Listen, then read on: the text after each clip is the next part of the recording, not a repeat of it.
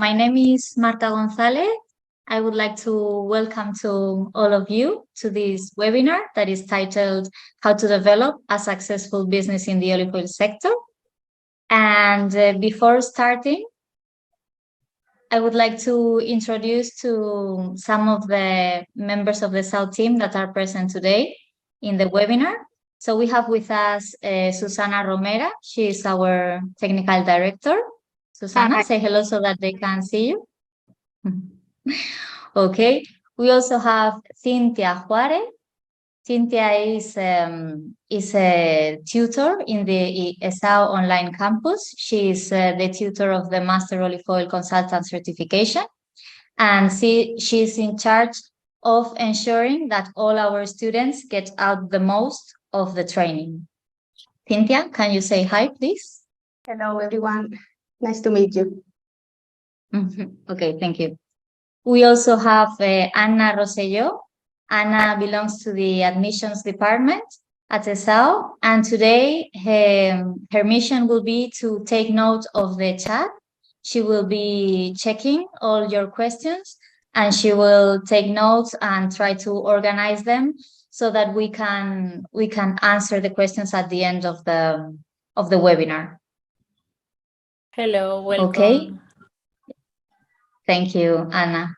And at the end of the webinar, we will all be available to answer the questions. So Susana Romera and Eduard, all of us, okay? And the last member of the team is Eduard Susana. He will be giving the speech today's webinar, and he is an ESAO accredited teacher. He's one of the teachers of the next edition of the Master Olive Oil Consultant certification that will start in a few weeks. And he owns his a small olive oil mill. He has been working for already more than 10 years, producing high quality extra virgin olive oil. And he has been very involved both in the elaboration and in the commercialization, marketing, and everything. So, well, I hope that by the end of this webinar, you will know what steps you definitely cannot skip in order to design a successful business in this olive oil sector. Okay, so Eduard, whenever you are prepared, you can start. Okay, thank you. Welcome everybody from in my case, from Barcelona. I'm right now working from my office in Barcelona. I just, let me introduce myself. I've been in the olive oil business for the past 15 years. I started buying a piece of land and with an olive orchard, and I decided to move forward with this adventure. But it was in 2009. When we created the company, the brand, and we started to develop our premium oils. We developed our own mill facility by 2012, and we focused on exports. We tried to build a premium product based on different varieties, and to reach the international market, the USA, Japan, all around Europe, etc. The end of this work was to reach the recognition on the international competitions. We received prizes in Japan, Olive Japan, several years, New York international contest, the French Maker in Germany, Terra Olivo in Israel, and some other places. So, well, my experience, it might help you to think about how to develop an olive oil business, a successful. Let's start so you can see the main diapo here. The main picture is this one. I want you to focus on the whole picture. basically, when we talk about developing a business, as you all know, business schools tell us how to do it on a general basis. You will have to make a good market survey. You will have to understand the market, see the opportunities, and developed, once you have focused on the opportunities, developed a solid business plan. That's the standard thing to do. And what we want today is to give you a little insight on how the olive oil sector is moving, how it is structured, and the importance to get knowledge. That is something that you should never forget. It is a moving sector. It is in transformation. We are going from a product that has been meant historically for cooking, mostly for cooking, and nowadays we are starting to add value with the idea of having it, using it as a raw ingredient to boost flavors in several in food in general. So the first thing we need to focus is on olive varieties and countries. We know that there are lots of countries, all the Mediterranean area, but we could add also from whatever, Australia to Chile, Argentina, China, so many countries that are currently growing olive trees. The important thing is that olive oil is seen as a single product somehow. We say olive oil, that's it. And what we have to understand is that just in Spain, we have about or above 350 varieties of olive trees. We are making olive oil of about a 10%. Below 30 varieties are being used nowadays. We have a lot of growth in terms of potential new oils of new varieties, and this is a clear area of development. After that, we need to think about the orchard management and the landscape preservation and biodiversity. We are in the middle of a crisis of climate crisis, and to think about creating the right environment for these orchards is something that will help your marketing. So look for the is just, these are different varieties. If you see if you see here this kind of old trees that belong to this landscape for a long period of time, or this olive grove, or this one where you see several kinds of trees, several kinds of varieties, that's something we have to work, preserve, and put value on it. Any project that we want to develop has to take in mind varieties, the richness of varieties of every area, being Tunisia, again, Australia, Morocco, Greece, or any other country, and varieties and the orchards. This is an area where you have to really spend some time to learn the differences that you have between each variety, and that will either you have a gourmet shop and then you have to work to have people understanding this richness and the food pairing that it's on this based on these varieties. Or you are a producer, you want to develop, you have a piece of land with olive trees, you want to develop a new project, and then you need to put value to this. Okay. Another area of big change in this industry is the new extraction techniques. These ones are definitely affecting quality. So before you get into this business, you need to understand how you can improve the quality of whatever, a given oil that you may have already available, or the one you want to buy to resell it in your shop, or whatever you want to produce. You need to really understand how it has changed from the times of the stone mills and the pressed systems of extraction to the still modern machines where we control temperature, we control speed, and it allows us to boost and take all the potentialities, aromatic potentialities of any variety.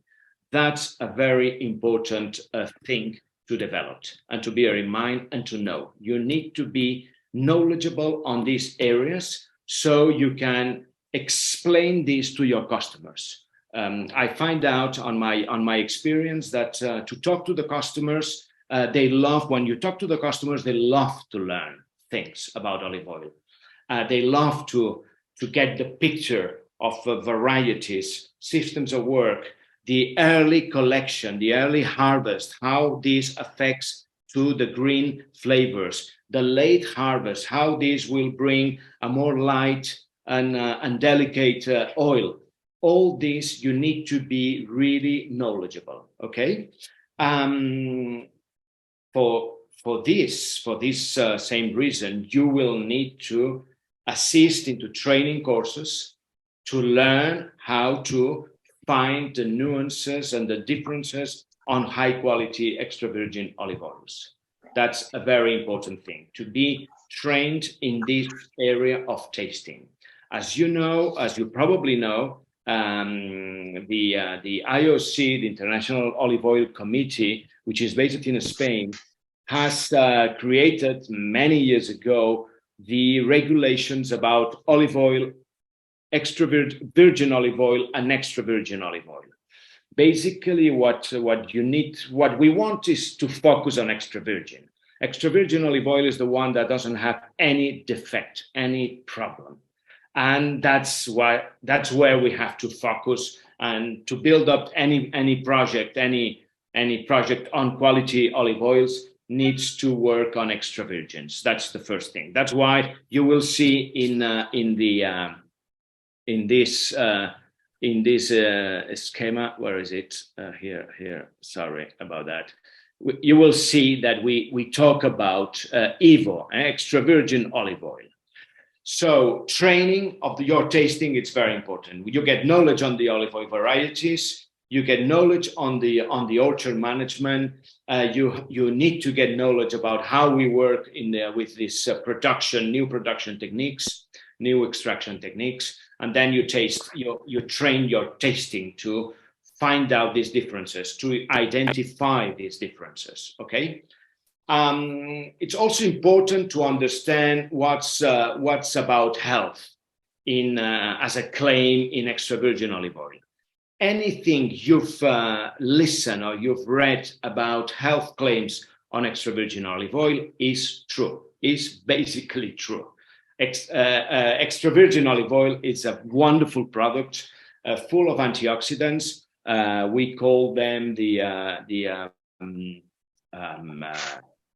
polyphenols, and it's full of oleocanthal. All these ingredients are playing a role in terms of preservation of the olive oil on over the time, which means shelf life, and it's important because it brings into our health great ingredients, great things, antioxidants. This is just like when we talk about protecting your skin against the sun. We are using some key active ingredients to avoid oxidation of the skin. So olive oil is allow me to say it this way, it's an interior body cosmetic. Okay, it helps to preserve our system internally. So this is very important, but be careful about health claims on the label. You will not support it because they are very, very peculiar, let's put it this way, in terms of health claims in food, in different foods. You start to be ranged as a pharmaceutical product, and then you have a problem. But it is very important. So you need to know a little bit about it.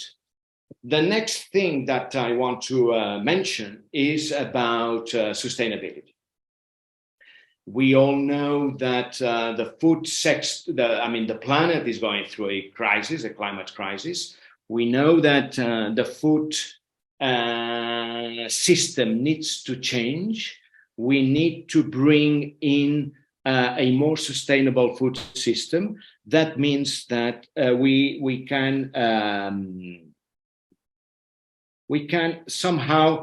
need to change the way we eat.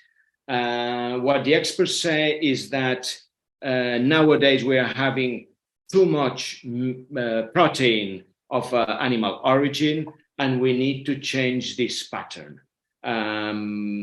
If we think about a recommendation, it would be 80% of the protein should be of vegetable origin, 20% of animal origin. That's a key opportunity for olive oil. If we talk about this future of sustainable food system, more based on vegetables, that means that we will have to evaluate the traditional, the different culinary traditions in the world, and the Mediterranean one stands by itself because of its richness of ingredients, of its recipes from the eastern part of whatever, Lebanon, Israel, to the western part of Spain and Morocco. We have a great richness of recipes, and olive oil as a unique ingredient. So olive oil will have a key role in this change of the food system. And I think that this opens a great opportunity for at the level of world consumption. It will increase. Okay, and the last thing in this part of knowledge that I want to bring to you is the question: is it extra virgin olive oil is a sensorial culinary ingredient? My answer is definitely it is. It's a unique product that will boost your food. It will bring freshness. It will bring great feelings in any kind of food you are having. We need to stop thinking only about cooking or salads, dressings, and I don't know, and good tomatoes. Good extra virgin olive oil, especially the green ones, are great for almost anything, from desserts to main courses, food, meat or fish, to pasta, rices, etc., etc. So it has a personality that it will help finishing your food preparation that you have done. And this, in terms of marketing, it's important. My experience is that if you are able to transmit this to consumers, they will love to play with it. They will start to understand that you cannot only have one kind of olive oil in your table. You will start to think about having 2, 3, 4 varieties, which they will go each one better with depending on the food you are preparing. Okay, so that part of the knowledge is key to understand this world. Then you can start your market survey and to look for the opportunities. The second part, I find it's important to tell you, is about the strategy. first of all, you will have to find your competitive advantage. This is a very well-known sentence, the competitive advantage, but it is true in the case of olive oil. Either you are a producer in, who knows, in Morocco, and you have a unique olive oil variety which you haven't seen on the market yet. So that will bring you an opportunity to go out and sell a new olive oil based on a different variety unknown to most of the people. Or who knows, you are in an area of a big city, Tokyo, or who knows, New York, and you see that there is no gourmet shops with a good offer of olive oils, and then you have an opportunity. So you need to find your competitive advantage, which is going to be your strong points. Secondly, if you are a producer, obviously you need to create a strong branding. That's a basic thing. For me, strong brand means also to develop a good visual communication label, for example. In the label, we need to talk about everything we've mentioned before. Olive variety, it has to be written in the label. You need to talk about the origin, the country, the area of origin. If it's an appellation d'origine, the better. You need to talk about when it has been harvested, because it will tell you what kind of oil you are selling. There's nothing worse than being in a shop. It happened to me several times, and see people trying to choose their oil in front of a shelf full of, 100 different oils. And you see them asking, how can I choose my oil? Why do I have to choose this instead of that? So the first thing we need to tell them, variety, origin, food pairing, and you need to know if it's a green oil to have it raw, or if it's a mature end of the season oil, which will be more delicate, and it will be better for other things, even cooking. So we need to give them information through the label, and that's part of the branding. Information is very, very important. So people start to understand the differences, not only because it's Italian, this is good, or it's Spanish, it's wonderful. We need to work more on that. At the same level, we need to develop good online communication tools. It means not only a web page, which is something that we all know that nowadays is a very limited tool. We need to really develop different instruments to bring this information that we have been learning to the people. We need to tell them that with our Picual, or with our Picholin, or with our Arbequina this year from this crop, the best food pairing is with this fish, or with this dessert, or with whatever.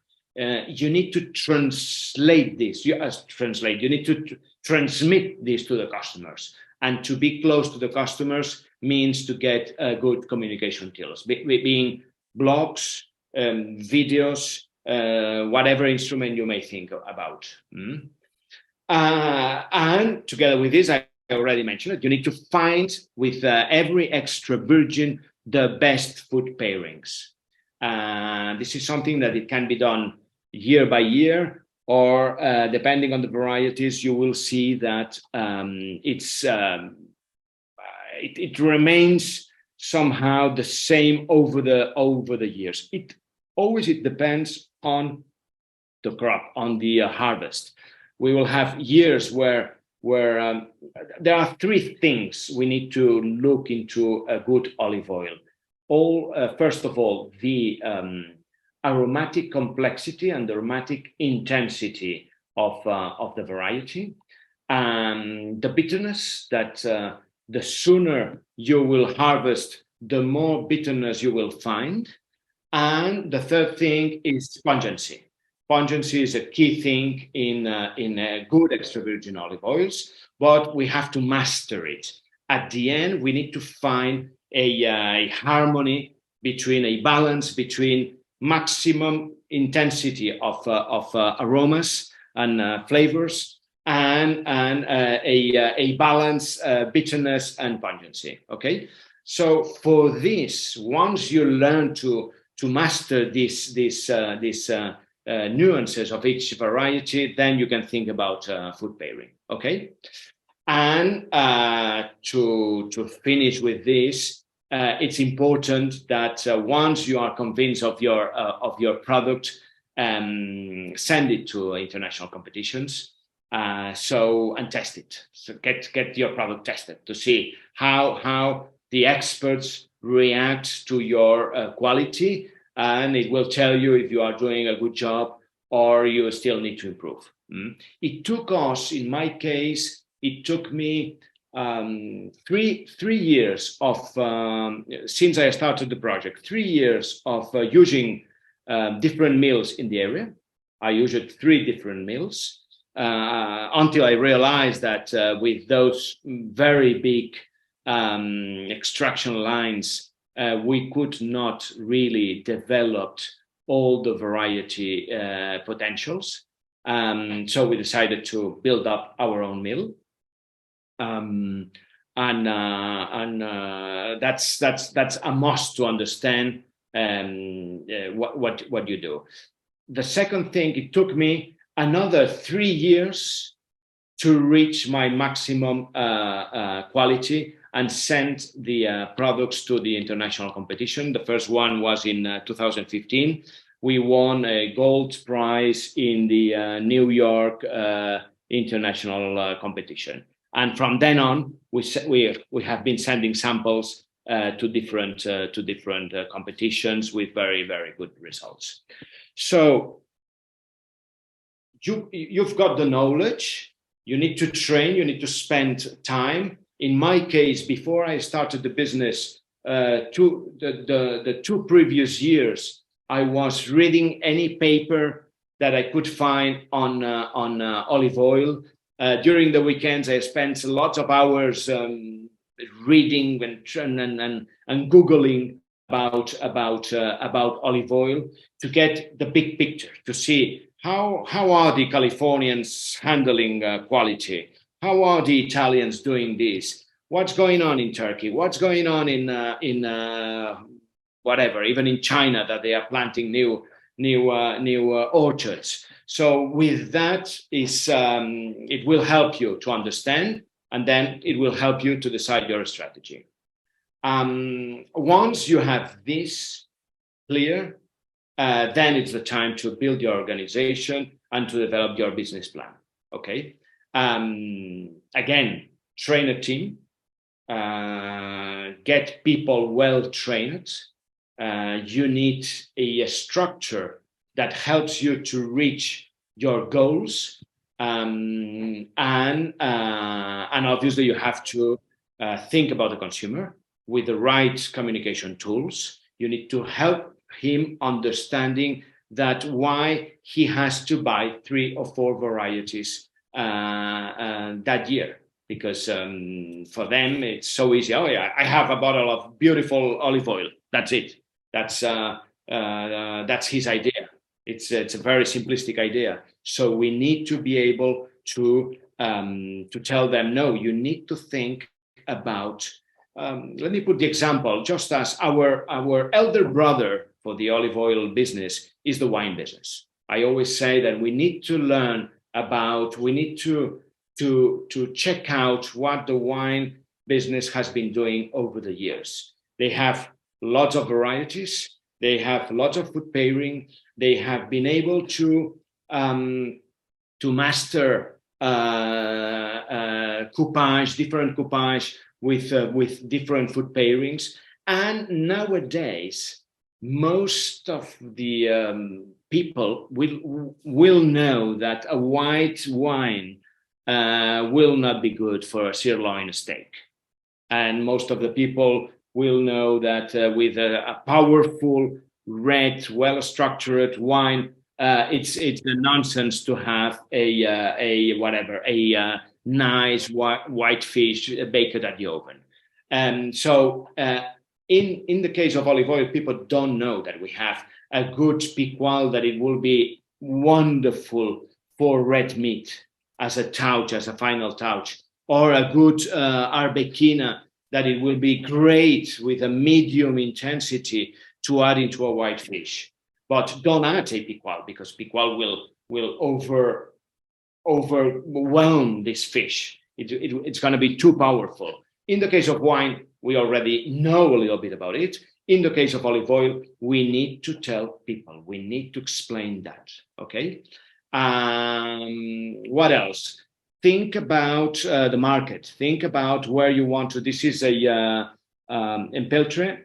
That's a variety. That's a piqual variety. Very old tree, as I showed you to you. That's with vegetable cover, early in the season of spring. This one was tiled and plowed, so not that good today in terms of sustainability of this management. How to make people enjoy this kind of landscape, of beautiful views. Try to work. This is a recommendation. Try to work on oil tasting and visiting the farms, visiting the olive oil estates. People love to walk around, to learn, and to understand more what's behind olive oil. And the best thing is that they touch it. They see the trees, they see the production, and you can tell them in the area how difficult it is to produce a premium quality oil. So it needs to be shared. Okay. These are olives ready to go into the mill. That was probably piqual in our case. That's our mill in Aceite. That's in the northeast of Spain. That's a decanter from Toscana Enologica Mori. He's one of the best in terms of small machinery for small producers. These are the mixers, the malaxers, which are vertical and of low oxidation impact. We want to preserve flavors, so it's important to have these kind of things. And that's the oil. That's the emotion that you get really excited when the first oil comes in. You test it. We need to test a lot. To taste a lot these oils when they are just flowing for the first time, to find this balance between intensity and the other nuances. That's a fabulous thing. You need to be able to transmit this. If you've seen it, if you experience it, then consumers get really motivated to taste, and to check. Okay. Here, a beautiful, green olive ready to be crushed to make a good oil. These are different parts of our get the knowledge. And let me give you an idea of what some reminders. Something that it happened to me at the beginning. Typical idea. Okay, we are starting. It's on me. Everything is on me.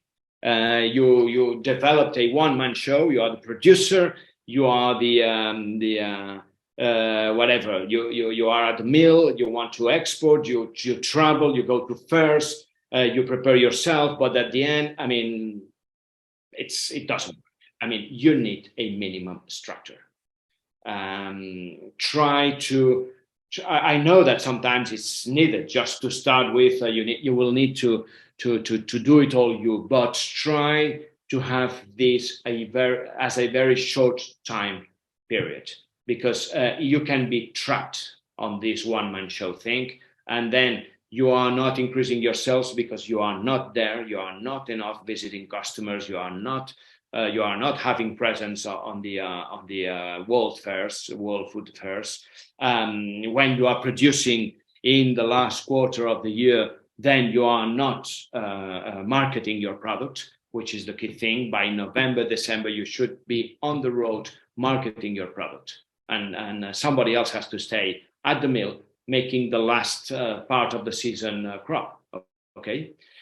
On my point of view, again, I hired these two guys, a media content developer, to reach the consumer through the network, whatever, Instagram, or your own blog that you could develop as a producer, or as a shop, or as a, who knows, as a distributor. Media content developer and sales marketing expert. These are extremely important guys in the company. Let's not wait till the end. No, let's have first the product and then these guys. It should be probably the contrary. I mean, let's have these guys to work on your presence, on your market presence, and then feed them with good products. But if you create good products, you develop good products, and you don't have the network to sell, it will not work. Okay. I like to repeat this thing about the wine producers. They search the product emotion in every crop. They come with these beautiful words about this new Beaujolais Nouveau, or this new Grenache with Shiraz, which this year is just so special that the wine guide of Parker has given me 90 points or 95 points. Let's try to learn from this. Let's try to apply the same things and transmit this into the consumer. But don't forget, we deal with an ingredient. They deal with a drink. It's a completely different thing. So we have lots of things in common with the wine business or with the wine production, but at the end, we are two completely different products, an ingredient and a drink. The drink goes by itself. I mean, we drink at dinner with friends at least one bottle. The olive oil is an ingredient that we will use a few drops to help this special dish that you have prepared. Okay. Another thing that it happened to me, I decided at the beginning of my business, olive oil business adventure, to rely on online sales, because I thought, well, that's the way to go. It's going to be very important. It allows me to reach the international market somehow easily, blah, blah, blah. Wrong idea.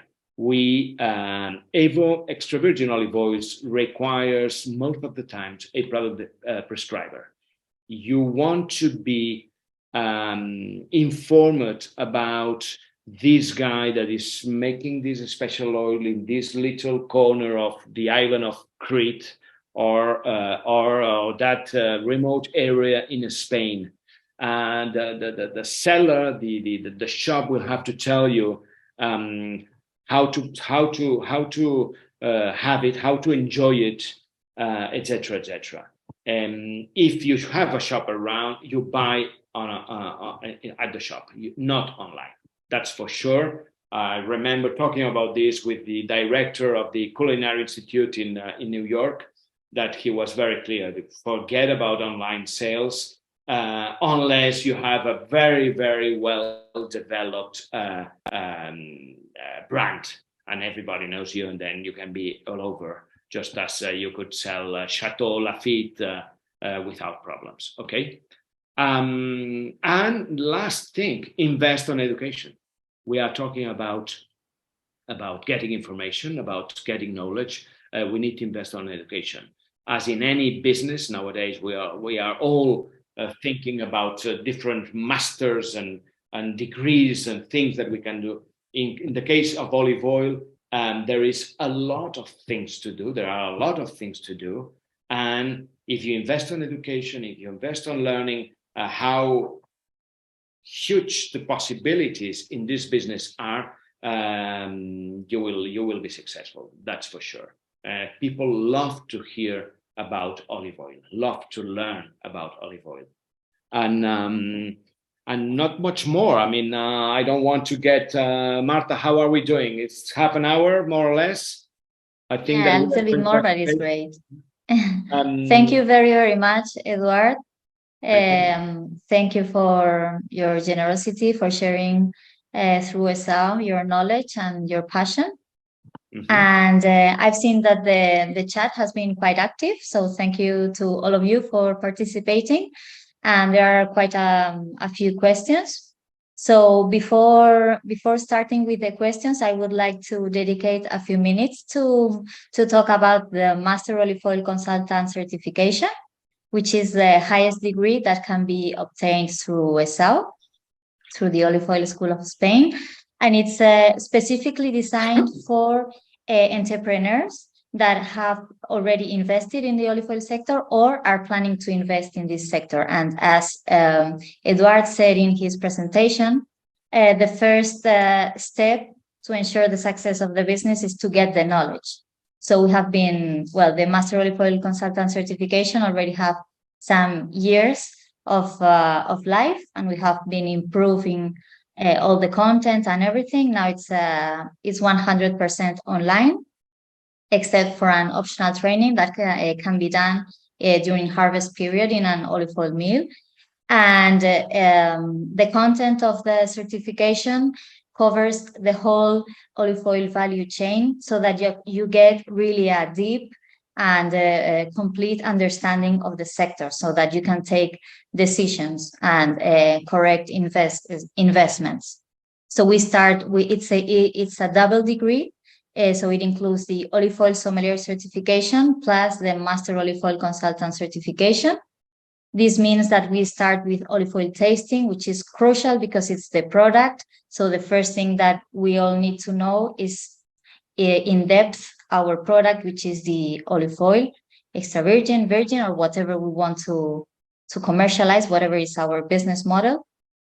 So the first part is to really learn in a professional way how to taste olive oils, how to understand the physical chemical analysis and all related to olive oil tasting.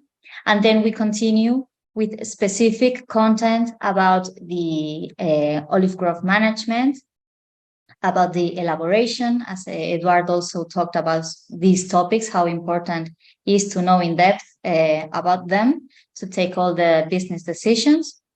So we get in depth into the elaboration with the different techniques and the best practices, etc. And then we end with the export and marketing, which is the last part, although everything is related.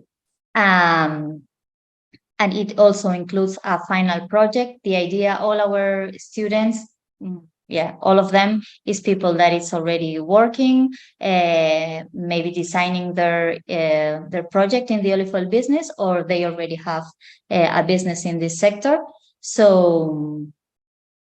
So everything is very flexible, and we try to help as much as possible with the help of Cynthia as a tutor that guides the student, and it's by their side, and also with different experts, among which we will have Eduard, but also other experts in the different fields of the master.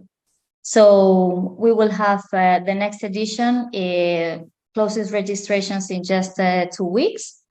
So we will be having personal interviews. We will send all the information by email. And any of you, if you are interested and would like to have more information and maybe like personal assessment, we will be more than happy to meet you.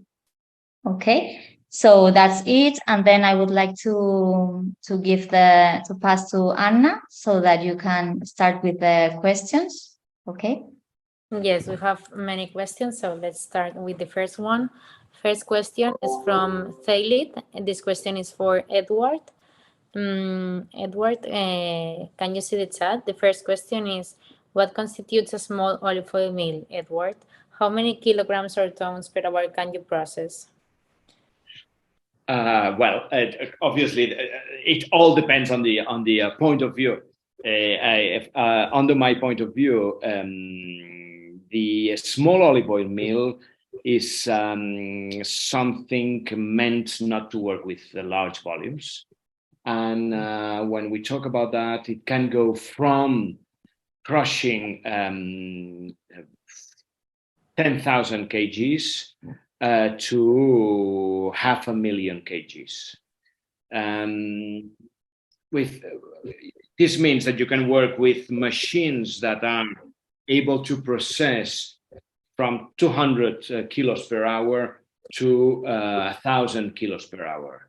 When you start to go above that, conditions change, and obviously you start to talk about larger volumes with the different characteristics of the machines and so on. Up to 1,000, maybe even 1,500 kilos per hour would be a small operation. Okay. Okay, thank you. Patricia is asking Edward, what is the name of Edward's brand or company? Our company name is Mas de Flandí. It's located again in Aceite in the Aragon area of northeast of Spain. We've been active until 2022, until last year. Now we are in a process of changing completely our company goals. And so you will see that our webpage, masdeflandi.com, has been without any new entries for the past at least 12 or 18 months, something like this. Okay. Mm-hmm. Great, thank you. We have now a question for Susana. Sorry, I need to add that the brands, yes. Because if people find or look for our product, the brand that we have developed is not the name of the state, which is Mas de Flandí. The brand of the product is Fruit and Branca. So in the different international contests, Fruit and Branca is very well known as a premium product. Okay, great. Next question is for Susana. This question is from Mia. Tricky question. Is a successful olive oil brand one that is most awarded or most purchased? Dime, Ana, ¿me la traduces? Claro. Mía pregunta si una marca de aceite de oliva exitosa es aquella que gana más premios y la que más ventas obtiene, o no tiene por qué. No, porque premios hay muchos, ¿vale? Entonces, una persona puede tener muchos premios y no ser una marca exitosa. Hay que ver los premios más importantes. Si quieres ir traduciendo, hay que seleccionar muy bien los premios. So Susana is saying that it's not necessary to have many awards in order to become a successful olive oil brand, since there are many olive oil competitions. So it's more about selecting the best olive oil competitions. Es muy importante tener premios reconocidos cuando estás empezando, cuando una marca nace, cuando una marca empieza. So she's highlighting the importance of participating in olive oil competitions when you are starting your brand, so that you can get your your brand can become well known. Porque puede ser una manera de diferenciarte del resto de marcas. Mm-hmm. So this can be a good way to show your brand as different to the final consumer. De hecho, en ESAO solo entendemos que los mejores premios son los del Consejo Leícola Internacional y los ESAO Awards. Mm-hmm. So, from ESAO, we believe that best olive oil competitions are the one from the Olive Oil Council, from the Mario Solinas Awards and the ESAO Awards as well. Y lo que tienen que tener muy en cuenta es que hay mercados donde sí que les van a pedir el distribuidor o el importador, le va a pedir que tenga el premio de ese país en concreto. Mm-hmm. In addition, in some markets, retailers may ask for a specific olive oil awards. So this is something that brands should take into account as well. And at the end, let me add something. Pregunta, Ana. Success is something that it depends on what on your understanding of success. It can be a successful olive oil production project can be the one that puts value to an abandoned grove and breaks even, and they are not expecting to make to become internationally well known, but that they have developed a local production, thinking on local market, local production, everything in the nearby area. Or it depends. To be successful can be to win prizes, but then maybe economically it doesn't work as well. Maybe to be successful is to sell the cheapest oil in large volumes, and your company becomes it works very well. So it depends. Success is something that needs to be put it into brackets. It's your definition. Each one of you will have a definition of success. Mm-hmm. Thank you both, Susana and Edward. Next question from Karen. Change over to new technology is expensive. The cost would affect the price that the consumer will pay. How tolerate the consumer to increase prices is in extra virgin olive oil? ¿Esta es para mí? Supongo sí. It's obvious that to bringing the new technological extraction lines, it's expensive. Let's face it, that's the way it is. But if you want to develop all the potential aromas and personality of your oil, you need to invest on machinery, on good machinery. You need to be able to regulate speed, to work not with hammer crusher, but with blade crusher. It depends on the target. If you want to go to a cheaper market, then probably a hammer type of, that's why knowledge is important. To go to a hammer type of crusher, it's enough. It works for you. But if you want to reach a more sophisticated, a more complex aroma development, organoleptic development, then you need to definitely invest on a different kind of thing. So if you from under my point of view, the future of the old orchards in the Mediterranean basin depends on developing quality projects.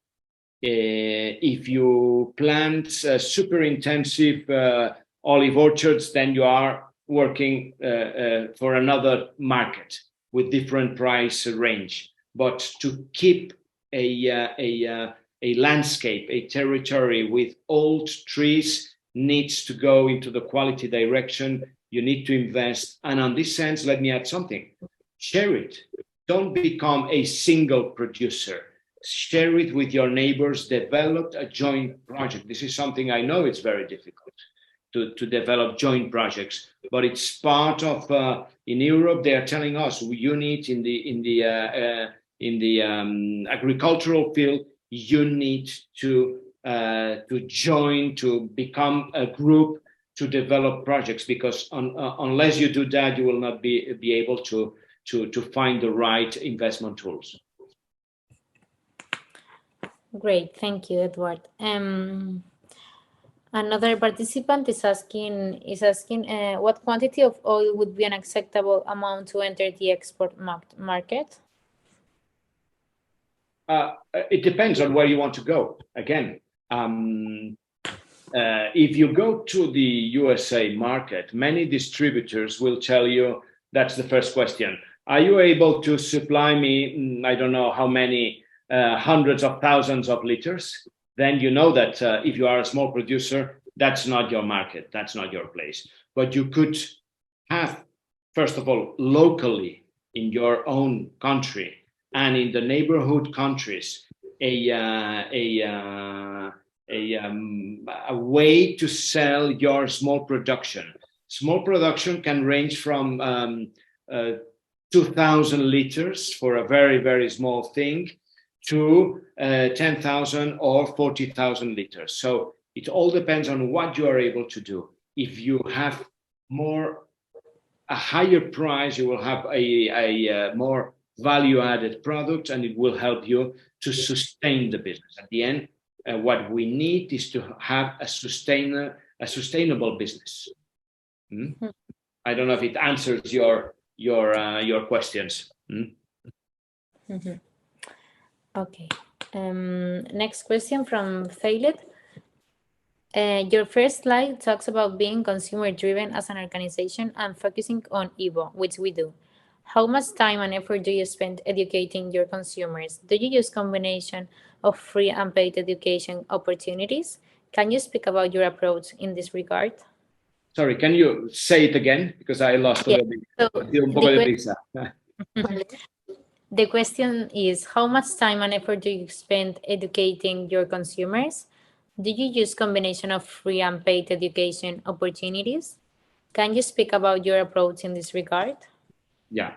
Okay, we need to spend time with consumers. That's for sure. My way to do it has been over the years to open the mill to visitors. It's time consuming, but it's worthwhile because every visit is a customer that you have gained for the olive oil course. And we had over 1,000 visits per year, which is not much, but it keeps you busy many weekends. You have to be there attending people. You sell locally, you sell at your shop. You need to have a shop, you need to have a tasting room, you need to open so they see the everything from the tanks to the machines. They love to hear the details of how you work, the nights you spend there. So yes, you need to spend a lot of time. On my case, it's both for the consumers and for yourself. It helps you to train yourself about telling people your product, telling the good things of your product. So you need to train yourself also, because we become the best assets of the company because we communicate. So we need to be well-formed, attend different. I've been attending courses in Spain as well as in Italy. It gives you the tools to approach the customers, the consumers, and to seduce them. Because at the end, we have to seduce them. We have to tell them how good it is to have this ripe tomato in summer, which is fabulous by itself. But if you add a beautiful peppery oil, it is a plus that then you get an emotion of having this food. So yes, communication with your customers, spend time with them. Going to fairs is also very important, obviously. Going to local fairs. We've been visiting fairs all over, as having our own stand, talking to people, having them tasting, checking the different qualities and smelling. They need to understand that the nose, the aromas, not only the flavors, the aromas is the first thing you will get. Okay? Thank you. Gulif asked in the chat how crucial is to have your own olive oil mill while creating a brand from scratch. Susanna already answered the question. She said the important thing is that the mill where you take your olives is trained and knows how to produce quality. So this question is already answered in the chat in case you want to read it or go over it. Now we have another question from Thailid. Anna, sorry, if I can interrupt one moment. Yeah, of course. Connecting with this question, how crucial is to have your own olive mill while creating a brand from scratch? I would like just to comment that from our students that have their own brands, I would say that less than half of them have their own olive mill. Okay, and it's a decision.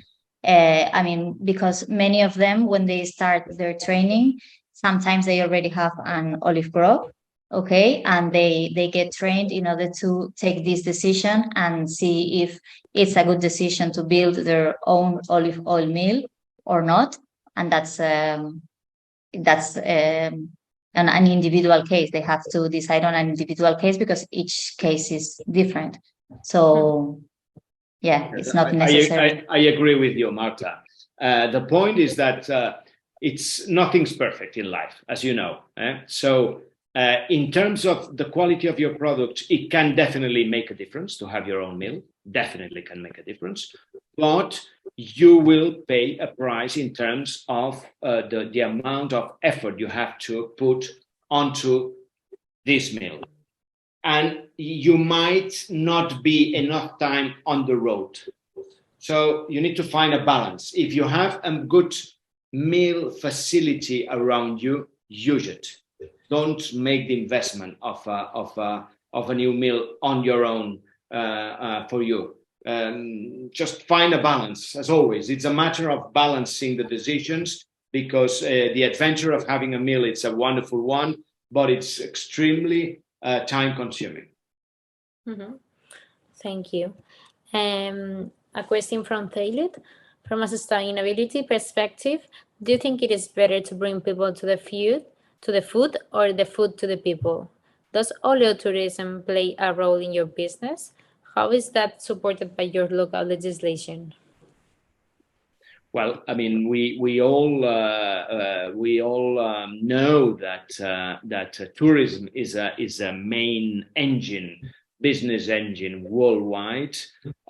People love to break their routines and go out into the country to have new experiences and to have oleotourism as a good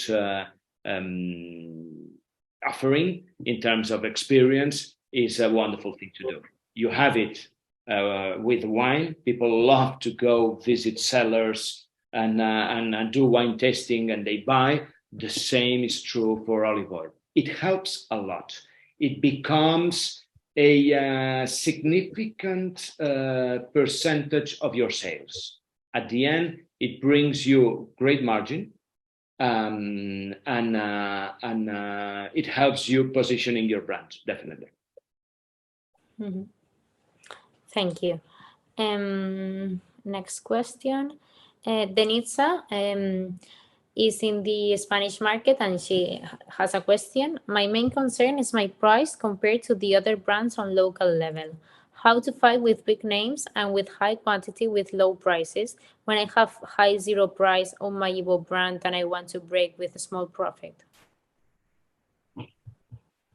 Well, it's not easy. It's true that our consumers in Spain, the Spanish market is a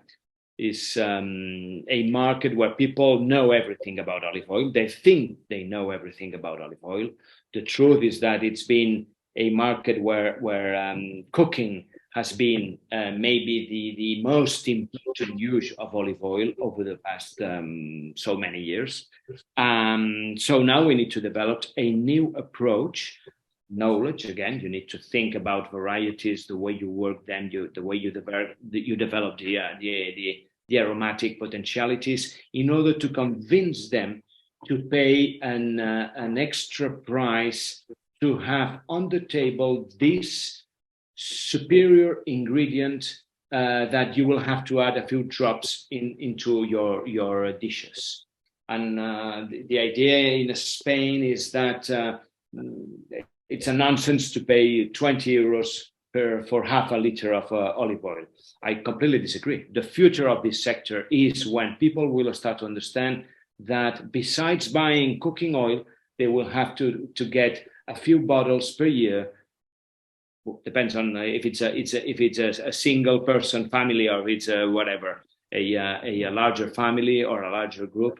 But if you start to bring in this oil into your table as an ingredient, then it makes sense to pay an extra price. We are paying a high price for every bottle of wine that we drink. We pay a huge price, and nobody complains. You can choose. You have €5 bottle of wines, or €2 bottle of wines, and €100 bottle of wines. So it's the same with olive oil. It depends on how you develop this business. Marta, I have a question for you. What percentage of the consumer market is educated in the use of an excellent oil? Ralph answered this question and believes that it is less than 10%. Do you agree with this percentage? Do you think it's accurate? Unfortunately, yes. I'm very sorry. I hope that little by little, with all the effort that we do all together, ESAO, but also all of you producers, I hope that this percentage has get high in the coming years. It is changing. It is improving. A question from Thailed.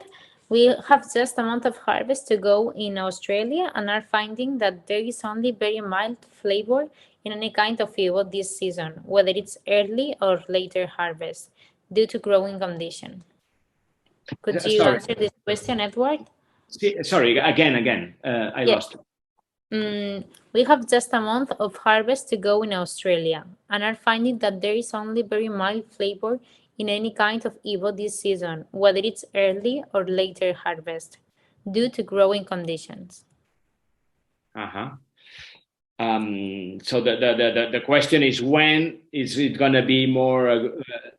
At the end, it all depends. If it lacks flavor, maybe it is because there is too much irrigation or too much rain.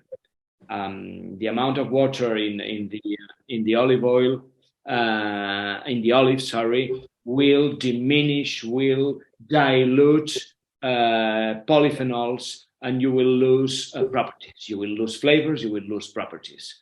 If in other areas where the hydric stress has become very severe because of the drought, then what you find is that the time where you will find the green flavors is very short, and you will be very easily overcome by bitterness and pungency, and then it will get an unbalanced oil. They can get oil from very stressed olives, and with a bad proportion between the pit and the flesh, can end up even being not nice to taste, because bitterness can get really not pleasant. Okay, so I mean, you need to check it. You need to have the right mill, the right machinery. Test different speeds to find out the way to develop the aromas.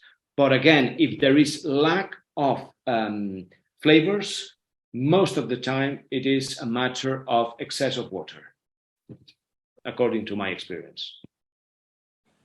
Thank you. Another question. Does origin play a big role, or is it more your branding and the variety? Does what? Play origin. Quality. Origin. Origin. Well, it's important, the origin. It's important, the quality. Everything matters. We all know that if you have an Italian origin oil, you have already one part of the marketing success. It's already won because of the origin. We know that the Italian food and the Italian restaurants are the most international ones, internacionalizados. It is one of the most international cuisines, together with the Chinese. It's not the case of Spain. We don't have that international network of restaurants all over the world as the Italians have. So to jump and export when you have a great network of restaurants all over the world, it's easier from the Italian perspective than from the Spanish perspective. Not to mention that if you are from Tunisia or you are from Chile, you have a problem because your food and your cuisine is not well known. So to develop sales, it's more difficult. Maybe if you are Argentinian and you sell, you have some churrasco restaurants, and there you can find a way to introduce your products. So everything is important, but there's not a single answer. Okay. Okay. Next question from Karen. In setting up a gourmet olive oil business in a non-olive oil producing country, what is the key focus for the consumer education? ¿Me la traduces? Tasting. Sí, si quieres lo explicas tú, Susana, traduces. Sí, si me la dicen, me la pasan, estupendo. Vale. Está preguntando que al establecer un negocio gourmet de aceite de oliva en un país en el que no se produce aceite de oliva, ¿cuáles son las claves para educar al consumidor final? Que, digamos, al final es la cultura y hacer mucha formación. Ahí hay que invertir mucho en formación, en formarles con catas básicas, divertidas, agradables y que formativas. She mentioned that it is very important to bet on training and to do fun and enjoyable tasting so that the final consumer can get to know the product, olive oil. Y asociarlo, todas las formaciones que sean divertidas, asociarlas a los alimentos. Hay que saber mucho de cata, hay que saber de cata, hay que estar formado en cata y luego las catas que hagas, hacerlas mezcladas con los alimentos para que se les introduzcan más fácilmente. It's also important to combine food pairings in the tasting so that the final consumer can relate olive oil with food, so it's easier for them to learn about olive oil. They will have to, let me add, they will have to understand olive oil, not only to have the pasta that they can prepare, that everybody nowadays eats pasta, but to introduce it to their own cuisine. I was surprised to find out that in Japan, which is clearly a non-producing olive oil country, besides there is one island that they have olive oil trees, but they've learned to use powerful, pungent olive oils to substitute when you have your sashimi, your raw fish. They take out the wasabi, which is pungent, very, very peppery, and they say, get the nice piece of fish, raw fish, and have the best, most powerful olive oil. So it's a creative way to introduce olive oil into their food tradition. So that's one of the ways to develop also the business, to have people finding new ways to use olive oil in their local production, in their local culinary traditions. Mm-hmm. Okay, thank you. We are running out of time. We'll answer a couple more questions and then we'll finish. I have a question for Marta. Marta, how important is it to participate in international oil competitions? Our oil is usually 6 months old by the time. Many of them are aimed at the new season harvest overseas. I think Susana already answered this question or a very similar question before. So yeah, the important thing is to select a competition that is important. In ESAO, we recommend the Mario Solinas and the ESAO Awards. And also you have to take into account that it fits with your oil. If your oil is already 6 months late, it's in disadvantage, of course, with the others. But Mario Solinas has the South Hemisphere competition. But again, it is important that to mention that if you are working on an area of delicate, light, late harvest oils, then by the time you will reach this international contest, your oil might already show some problems. If you, on the contrary, if you have been harvesting very early and getting a very green oil full of antioxidants, 6 months after, the oil will be in perfect conditions. So depends on the kind of product you are focusing. Thank you. We'll finish with this question. This question is for Susana. Is there a significant market for organic Evo? How does it compare to early harvest Evo? Preguntan que si hay un mercado específico para el aceite de oliva virgen extra ecológico, y también preguntan cómo se compara el aceite de oliva ecológico en comparación al de recolección temprana. El ecológico tiene más mercado que el de recolección temprana, porque el tema de la salud, la sostenibilidad es algo que está muy en boga. Entonces es algo que, sin lugar a dudas, de hecho hay países que ya te restringen y quieren ecológico. Entonces, sin lugar a dudas, el conocimiento es más grande sobre el ecológico, por el tema de salud y sostenibilidad. Right now, there is a bigger market opportunity for organic Evo, since consumers are now interested in this topic. They are now aware of the health benefits of organic Evo. So there's a bigger opportunity regarding the market. I think we are finished. We answered all the questions. So I think it's time to say thank you to all the participants. I don't know if any of you would like to add anything before we finish. I think it's okay. Thank you.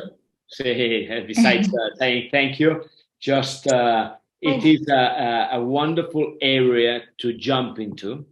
Again, I truly believe there is a great potential on the next years. The food system will have to change. It will have to participate to heal this planet that is having so many troubles, and olive oil will play a key role.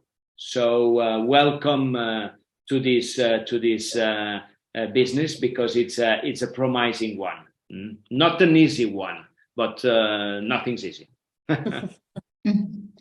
Thank you very much. Thank you, Eduard and Susana, Anna, Cynthia, and thank you, of course, to all of you that have attended the seminar. I hope you have found it interesting, and that you've learned a few things today, and also that you have realized about how important it is to be trained, especially before investing in this sector.